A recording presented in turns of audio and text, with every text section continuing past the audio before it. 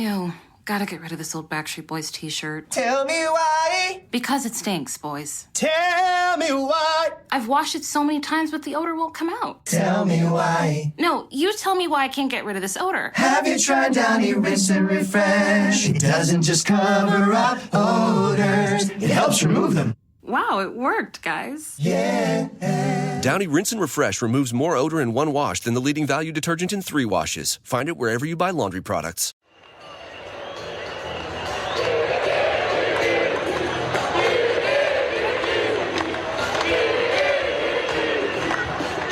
Lembro-me sobretudo da quantidade de pessoas que saiu à rua e que se encontrava numa situação de precariedade. Lembra-se disto?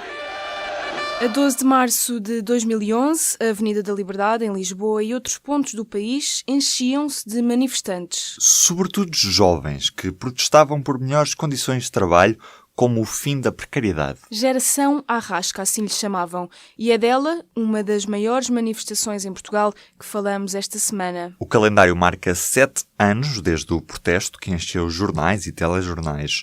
E hoje temos ainda uma geração Arrasca? Falamos com uma das organizadoras da manifestação, Paula Gil, também com o deputado do Bloco de Esquerda, José Soeiro, e com o deputado social-democrata, Adão Silva. Ouvimos ainda Francisco Fernandes Ferreira, autor da plataforma Ganhem Vergonha. Nos seus ouvidos, o poder público. Déficit inferior 10%, 2,5%, para 2,7%. 0,8%, 3%. Vejam lá. Below zero. Who ever heard of this? Falemos português. Inevitáveis medidas adicionais. As taxas de juros dispararam em todos os prazos. Não podemos pagar. Este é o Poder Público, um podcast de política. Estamos aqui hoje porque não podemos continuar a aceitar a situação precária para a qual fomos arrastados.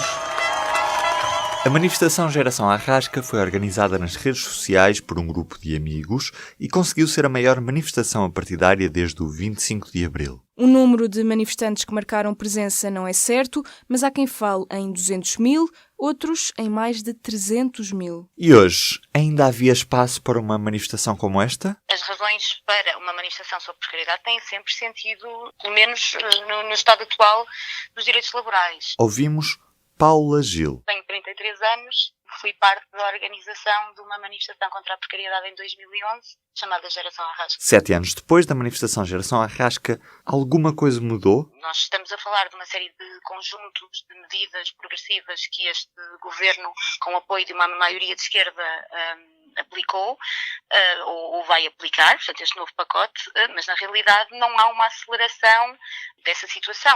Portanto, nós quando falamos em crescimento económico e nessa diminuição da taxa de desemprego que é muito falada lá fora, que nos coloca bem posicionados na Europa, não estamos a ter em conta os salários baixos e a precariedade que se mantém na sociedade. É uma espécie de país a 2 velocidades. E o que é que isso representa na prática? Por um lado, temos uma série de indicadores macroeconómicos que diminuem os impostos, que aumentam o poder de compra para a maioria da população, mas na realidade, no panorama geral, os trabalhadores mantêm-se numa situação bastante precária. Quando se faz uma manifestação sobre condições de precariedade, esta é uma situação que não se alterou de forma significativa. Paula Gil aponta também o dedo à reforma laboral de Passos Coelho. A reforma laboral estabelecida em 2012 pelo Passos Coelho facilitou os despedimentos. Esse facilitismo permite que o lado mais forte da equação tenha a possibilidade de contratar conforme as suas próprias necessidades e as suas próprias características e as suas próprias vontades. Com a entrada em vigor do Orçamento do Estado de 2012, a 1 de janeiro desse ano, entraram também em vigor alterações em matéria laboral, menos dias de férias, redução das indemnizações por despedimento, corte nos subsídios de desemprego. Em maio de 2012, no debate quinzenal, na Assembleia da República, esta reforma acabou por ser comparada com a escravatura. Espero que os trabalhadores não só não sejam expropriados dos seus direitos, mas possam ter direito essencial a uma coisa que hoje lhes é negada, que é o trabalho. No tempo da escravatura não faltava trabalho, não havia era salários nem direitos. Esse é que é o problema. Voltamos a ouvir Paula Gil, uma das organizadoras da manifestação Geração Arrasca. Nós, para conseguirmos melhor emprego, não basta termos crescimento económico, é preciso haver um equilíbrio de poder entre o fator do trabalho e o fator do capital. Paula Gil explica o que é necessário mudar para acabar com a precariedade laboral. É preciso, por exemplo, reforçar a negociação coletiva. É preciso que não exista uma flexibilidade laboral que permita uma contratação sem ser com contratos a termo.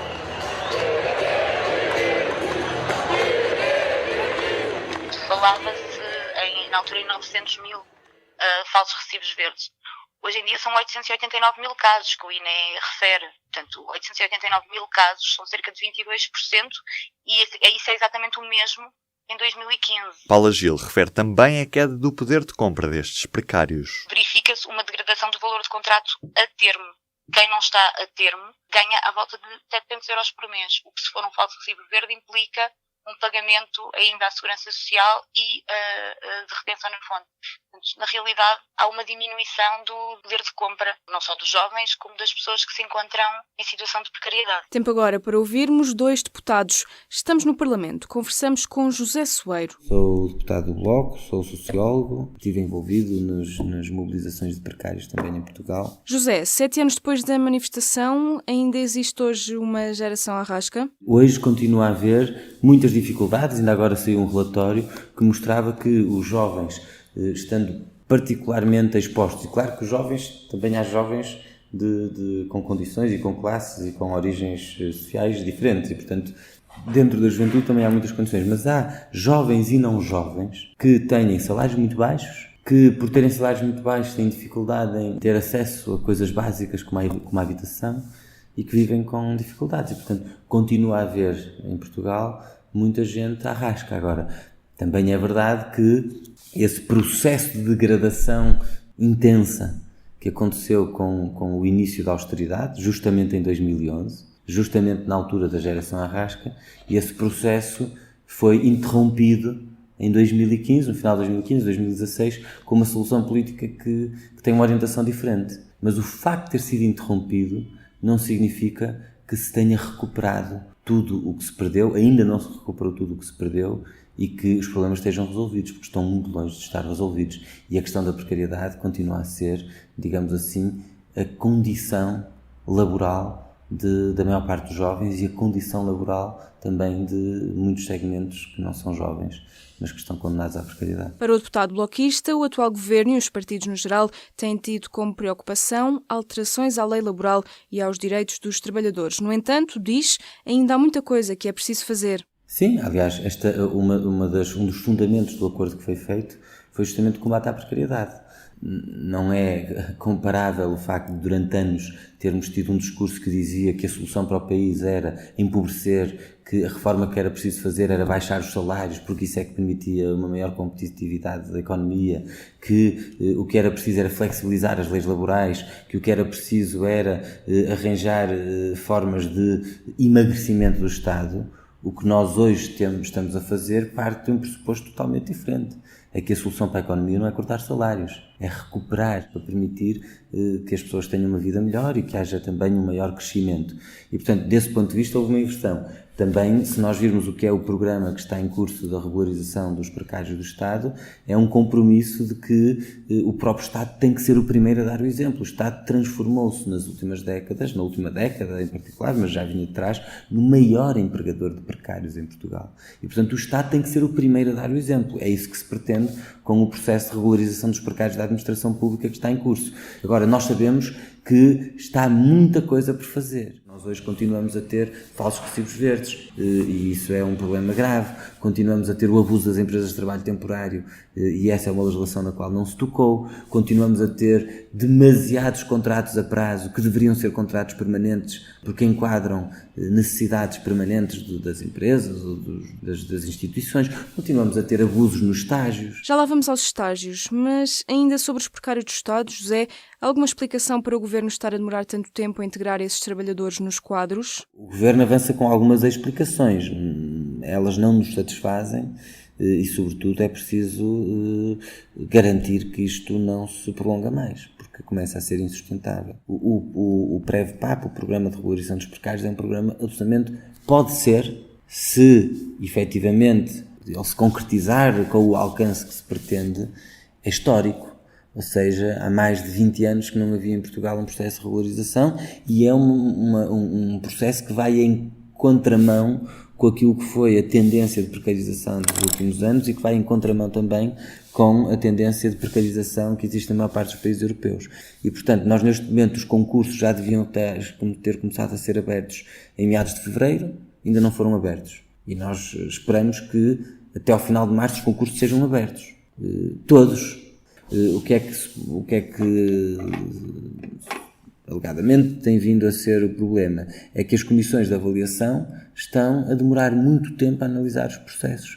É verdade que são muitos processos, mas isso tinha que ser previsto desde o início. Nós não podemos estar eternamente a analisá-los. E depois também há alguns dirigentes da administração pública que estão a boicotar o processo. Um bom exemplo são os reitores. Os reitores das universidades portuguesas estão a boicotar o processo de valorização de precários, com o argumento que tem uma disputa orçamental com o governo e as vítimas dessa disputa são os trabalhadores que estão há muitos anos em determinadas funções e que estão a ser impedidos de aceder a um programa que foi feito também a pensar neles, não apenas, mas também a pensar neles. Já sobre os estágios, o deputado comenta que a atual realidade em muitas empresas é uma vergonha. O que se tem acontecido é uma enorme mistificação e uma enorme dissimulação e aproveitamento do estatuto do estagiário para ter trabalhadores sem quaisquer direitos. Pessoas que na verdade não estão a fazer nenhuma formação, pessoas que na verdade não estão num período de formação sob tutoria, pessoas que estão a desempenhar funções permanentes necessárias para o normal funcionamento de um jornal, de um escritório de advogados, de um ateliê de arquitetos, de uma estação de televisão, do que seja. E isto é ilegal, é inaceitável, é ilegítimo, é uma vergonha.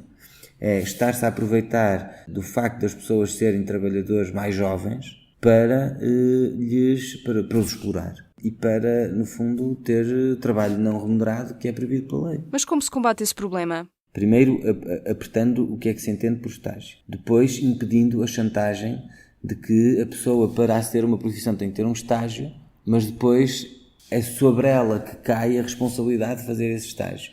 Ou seja, cria-se aqui um ciclo vicioso em que a pessoa, para depois poder ter trabalho, tem que ter feito um estágio e para fazer um estágio tem que se sujeitar a todo tipo de condições. E depois, acabando com esta ideia de que a solução para o emprego dos jovens é promover estágios. Felizmente, as regras dos estágios apoiados pelo IFP mudaram, porque Portugal teve, nos anos, em particular 2012, 2013, 2014, e em 2015 também, começou a diminuir aí. O que é que o governo na altura fez? Estourou as verbas que havia para o apoio ao emprego a financiar estágios sem qualquer critério. E as empresas, várias empresas, mas empresas grandes, estou a falar de empresas tipo Sonai e outras, ficaram viciadas em estágios. Porquê? Porque era a forma de terem trabalhadores qualificados que saíam das universidades a preço quase zero, porque eram estágios financiados pelo Estado. Nesse caso, os estágios eram remunerados, o trabalhador tinha uma remuneração. Mas quer dizer, qual é o sentido deste abuso de utilizar? Por exemplo, uma das coisas que nós achamos que deve ser feita é uma empresa não pode estar a preencher o mesmo tipo de tarefas de forma rotativa com um estagiário a seguir ao outro. Isso deve ser ilegal. E as empresas devem ter cotas mínimas de contratação em função dos estágios. Por cada 3 estagiários, a empresa tem que contratar um. Ou por cada 2 estagiários, a empresa tem que contratar um. Voltando à precariedade laboral, José Soeiro destaca algumas das prioridades nesta matéria. Para além de ser necessário continuar a diminuir o desemprego e resolver o problema de centenas de milhares de pessoas que ainda continuam sem ter acesso ao trabalho, isso é um problema grave. E o facto de haver também muitas pessoas que, estando desempregadas, não têm qualquer apoio, não têm acesso ao subsídio de desemprego, é importante alterar isso. Tal como é importante também mexer em formas de trabalho forçado inaceitáveis, como sejam os contratos de emprego e inserção, que se tu não aceitares aquele contrato, passas a deixar de ter acesso ao subsídio de desemprego, com uma agravante é que os contratos de emprego e inserção, supostamente, a pessoa ganha uma bolsa de 80 e tal euros, supostamente não pode estar a desempenhar uma função permanente, mas muitas vezes está. Mas para além disso, é preciso repartir democraticamente os benefícios do crescimento. O que significa isso? Portugal tem andado muito excitado, entusiasmado com o crescimento do turismo. Só que o setor do turismo, que tem imensos lucros. Aqui em Lisboa, por exemplo, os preços dos hotéis têm subido 20%, mas no setor do turismo continua-se a pagar o salário mínimo. A generalidade das pessoas trabalha muito mais horas do que está no contrato, fazem horas extra que não são remuneradas e ganham um salário mínimo. Continua a haver muito medo, continua a haver muita precariedade e, portanto, para nós repartirmos democraticamente os benefícios do crescimento, para dar o exemplo do crescimento do setor do turismo, é preciso que a lei laboral garanta que os trabalhadores não são sempre a parte, digamos assim, relegada deste tipo de processos. José Soeiro, do Bloco de Esquerda, diz que é necessário haver uma mobilização dos precários, como já houve em Portugal há uns anos. Portanto, acho que o combate às desigualdades salariais, o aumento dos salários, o combate à precariedade, aos falsos recibos verdes, ao abuso nos contratos a prazo, ao abuso das empresas de trabalho temporário que continuam a alugar trabalhadores e a fazer do aluguer de trabalhadores um negócio, como se as pessoas fossem uma espécie de mercadoria que são alugadas a outras empresas. Acho que tudo isto é muito importante que este combate se faça e seria muito importante que voltasse a existir com a expressão uma mobilização de precários como houve em 2011, em 2012 e em 2013. Porque nós estamos numa situação melhor e temos uma solução política que é mais sensível e mais suscetível de dar respostas.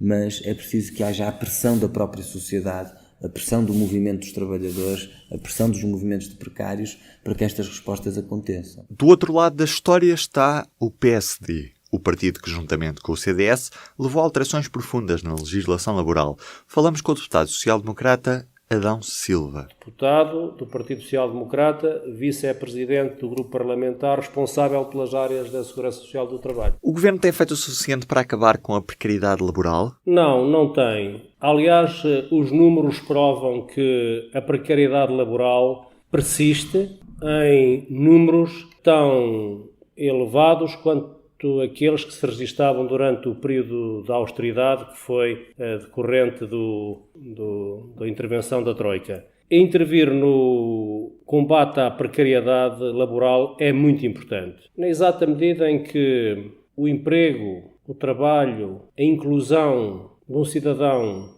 num posto de trabalho é, além de todas as razões e vantagens económicas, sociais, também um sentido de estímulo e de promoção e de pertença desse mesmo cidadão. Pelo contrário, uma situação de precariedade laboral traz não apenas desarranjo do ponto de vista económico, desintegração do ponto de vista social, mas também um sentido de que este cidadão não pertence inteiramente à sua comunidade. A União Europeia disse recentemente que existe excesso de proteção das pessoas que estão efetivas nas empresas portuguesas. Adão Silva discorda dessa visão. Eu acho que tem que haver proteção para aqueles que estão inseridos nas empresas com contratos de trabalho sem termo, tal como eu digo que deve haver um combate sem quartel às situações de precariedade laboral. Para concretizar a ideia, o deputado social-democrata socorreu-se de gráficos coloridos que trazia consigo, para demonstrar a evolução da precariedade laboral através dos contratos de trabalho a termo. O que se verifica é que, em 2013, no pico da crise, a percentagem de contratos de trabalho a termo nos trabalhadores por conta de outrem era de 21,4%. Existiam um pouco mais de 2.700.000 pessoas com contratos sem termo.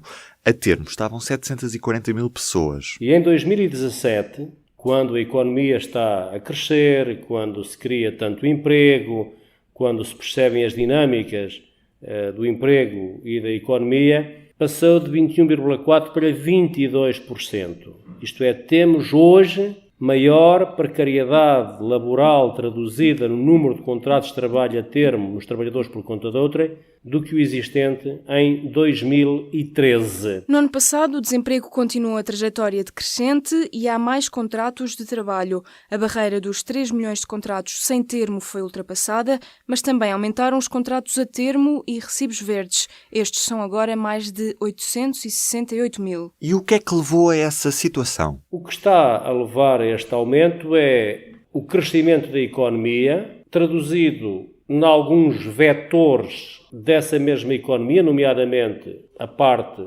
do turismo, a parte da construção civil e também de alguma maneira, uma certa cultura da parte dos empregadores que acham muito mais fácil contratar e despedir através de um contrato de trabalho a termo do que um contrato permanente. Eu entendo que deve criar as condições necessárias para que o contrato de trabalho a termo continue a existir, evidentemente, mas seja uma utilização mais reduzida, não abusiva, porque o contrato, deixe-me esclarecer isto, o contrato de trabalho a termo tem uma existência legal e é um instrumento muito importante na gestão das relações de trabalho e no acompanhamento das dinâmicas económicas. Até aí estamos de acordo.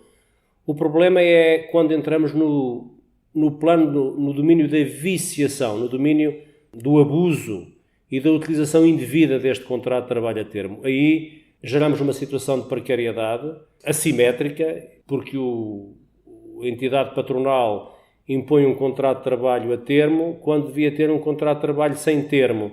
E aí entramos no domínio da precariedade. E aí está, do meu ponto de vista, é negativo. Adão, há alguma forma de regular e acabar com essa precarização do sistema? Esse é um grande desafio, onde o PSD tem que também assumir um conjunto de medidas e de responsabilidades enquanto partido da oposição, quer ser governo. Mas é um grande desafio para todos, porque, sobretudo, nós estamos confrontados com uma enorme mudança no padrão da economia, com uma enorme mudança nas relações laborais, com uma enorme mudança no que tem a ver com o sentido tradicional da relação entre trabalhador e empregador, no que tem a ver com as exigências da economia. Portanto, esta é uma questão que tem que ser realmente pensada. Tem que ser pensada e tem que ser dadas respostas. O PSD não deixará de dar as suas respostas. Estamos, obviamente, a equacioná-las à luz da nova liderança do PSD, mas também se exige aqui que o Governo tome medidas concretas, porque eles governam. Agora, digo também que estes números e esta manifesta incapacidade deste Governo de dar resposta a este tipo de contratos de trabalho a termo que estão a crescer é, de alguma maneira, paradoxal com aquilo que têm sido as ideias defendidas pelos seus parceiros de apoio parlamentar, porque estamos bem lembrados daquilo que era o protesto e denúncias da parte do Bloco de Esquerda e do PCP em relação a esta situação da precariedade laboral. E agora, veja-se, há um aumento e aparentemente eles estão calados, estão silenciosos, o que é, obviamente, uma situação esquisita, uma situação singular, inesperada. Sobre os números do desemprego que têm vindo a cair, o deputado do PSD reconhece que são manipulados, mas que ainda assim o desemprego está mesmo a diminuir. Investigadores do Centro de Investigação e Estudos de Sociologia, do ISCTE, dizem que entre os desencorajados que desistiram de procurar emprego, os indisponíveis para trabalhar, os trabalhadores em part-time à força e os que estão em programas do IFP, o desemprego real fixava-se nos 17,5% no final do ano passado, um número bem acima dos 8,5% apresentados pelo INE. Adão Silva atribui a queda atual do número de desempregados à alteração da lei laboral feita entre 2012 e 2014 e à dinâmica económica que Portugal atravessa. Alguma manipulação poderá haver. Agora, é iniludível que os números da criação de emprego e os números da redução do desemprego são manifestos. E a prova evidente disso é, nomeadamente, as contribuições para a Segurança Social, que crescem em valores que já não me recordo de ver crescer, muito perto dos 6%, 7%. E, obviamente, que isso traduz duas coisas. Traduz mais emprego e traduz remunerações mais elevadas. E, por outro lado, também a redução manifesta da despesa com subsídio de desemprego é também a evidência de que algo está a acontecer na questão do desemprego. Há menos desemprego, porque não se mexeu na legislação do subsídio de desemprego e, portanto, se as regras são as mesmas e está a haver uma redução acentuada da despesa com subsídio de desemprego, é porque o desemprego está mesmo a cair, está mesmo a reduzir-se. As razões para isso, eu penso e continuo a pensar, tem muito a ver com a alteração legislativa e da legislação laboral que foi feita em 2013, 12, 13 e 14, e tem muito a ver com a dinâmica económica que Portugal está a atravessar e que, obviamente, permite mais contratos, permite que as pessoas estejam menos tempo no desemprego e sejam mais rapidamente reabsorvidas. O desemprego está em trajetória decrescente, mas a que custo? A plataforma Ganhem Vergonha, também disponível no Facebook, surgiu em 2013. Francisco Fernandes Ferreira é o criador e gestor do site que agrega várias propostas de emprego consideradas ilegais ou imorais. É com ele que falamos agora. Francisco, passam 7 anos desde a manifestação. Hoje ainda existe uma geração arrasca? Essa geração continua a existir, não é? Não desapareceu. As condições que mantinham a rasca, tanto parcelas também continuam, porque apesar da regra em Portugal de contratação ser o contrato sem termo, da geração que nasceu nos anos 80, nos anos 90, seria muito interessante saber qual é a percentagem que tem um contrato sem termo. Já teve. Serão certamente números muito baixos, porque a maior parte dessas pessoas o que encontra é estágios, trabalhos a recibos verdes, contratos a termo. Francisco aponta que é preciso eliminar os recibos verdes do mercado de trabalho e defende que a questão dos estágios deve ser revista. Em termos gerais, penso que subiu-se recentemente o salário mínimo para os 580 euros, apesar de ter sido uma conquista dos sindicatos e dos partidos que queriam subir, ao contrário de outros que não quiseram. Acho que é um valor ainda muito vergonhoso, não é? Que ninguém se pode orgulhar. Tem que se fazer esforços para que o salário mínimo suba e muito, para valores que acompanhem a inflação e a subida do custo de vida. Penso que é preciso rever com urgência o regime dos recibos verdes, não como foi feito recentemente, em que foram tomadas algumas medidas que não são mais do que paliativos. É preciso rever e eliminar do mercado de trabalho os recibos verdes, exceto para os casos para os quais eles foram criados, que são casos dos verdadeiros profissionais liberais. Penso que é preciso rever completamente as questões dos estágios. Em que aspectos? Em primeiro lugar, discutir para que é que serve um estágio, porque há variadíssimas modalidades de estágio e, por exemplo, um trabalhador que não estude, não é, que faça o ensino obrigatório, 12º ano, pode ir trabalhar sem fazer qualquer estágio, está apto para trabalhar. Um trabalhador que faça uma licenciatura tem que estagiar e não faz muito, tem que estagiar muitas vezes para terminar o curso, né? Fazer um estágio curricular que está integrado no curso, gratuito, que em tempos foi pago, mas já há muitos anos que passou a ser gratuito esse trabalho. E depois há uma série de outros estágios profissionais, estágios acessos a ordens profissionais, estágios de muito curta duração, que é uma aberração que há na lei que permite que os trabalhadores jovens trabalhem 3 meses de borla. Fora os estágios ligados ao ensino superior, estágios para férias, estágios para a função pública, para o setor da administração pública. Para o Francisco Fernandes Ferreira, os estágios deviam mesmo deixar de existir. É preciso rever todos esses estágios. Na minha opinião, deviam acabar todos, principalmente os não remunerados e os profissionais que são financiados pelos contribuintes. Não entendo que os contribuintes devam financiar postos de trabalho em empresas privadas. Não entendo muito bem qual é o sentido. Uma solução talvez possa passar por definir um período, um estatuto diferente para os estagiários no primeiro ano de carreira ou qualquer coisa assim, mas permitir que uma empresa contrate um trabalhador sem salário ou um trabalhador cuja bolsa é financiada pelo Estado através do dinheiro dos contribuintes, parece-me que não faz sentido. A plataforma Ganhem Vergonha expõe anúncios de oferta de emprego que Francisco Fernandes Ferreira considera ilegais ou que não cumprem as leis do trabalho. O objetivo, diz, é dar a conhecer uma realidade que, apesar de não ser discutida na altura, era conhecida por milhares de pessoas. O Francisco publicou recentemente o livro Trabalho Igual, Salário Diferente, onde, através de anúncios de abusos expostos nesta plataforma, conseguiu encontrar alguns padrões que são então compilados no livro. Francisco, quer contar-nos algum caso de que se lembre de anúncios precários que tenha encontrado? Por exemplo, houve um estágio de uma empresa que pretendia um engenheiro durante 10 meses de trabalho gratuito, ou seja, 10 meses não remunerados, sem qualquer justificação para isso.